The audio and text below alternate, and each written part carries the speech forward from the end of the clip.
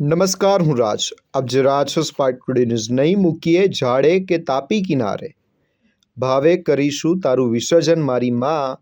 આ ભાવ સાથે સુરતમાં દશા માતાના પ્રથમ વિસર્જનનો ભક્તિમય માહોલ જોવા મળ્યો હતો. 10 દિવસ સુધી ઉપવાસ, પૂજા અર્ચના અને માતાજીની આરાધના કર્યા બાદ ભક્તોએ ભારે હૈયે દશામાને વિદાય આપી હતી. માતાજીની મૂર્તિને માથે ધારણ કરી મોટી સંખ્યામાં ભક્તો તાપી નદી કિનારે વિસર્જન માટે પહોંચ્યા હતા. માતાજીના જયઘોષથી સમગ્ર વિસ્તાર ગુંજી ઉઠ્યો હતો, પરંતુ વિસર્જનની ક્ષણે ભક્તોમાં ખુશી સાથે વિદાયની લાગણી પણ સ્પષ્ટપણે જોવા મળી હતી. કોઈ ભક્તોની આંખોમાં આંસુ હતા, તો કોઈના ચહેરા પર માતાજીને ફરી વહેલા પધારવા માટેની પ્રાર્થના હતી.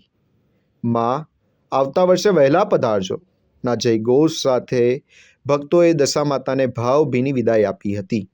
આ દરમિયાન ભક્તિ સાથે સેવાનો અનોખો ભાવ પણ જોવા મળ્યો હતો.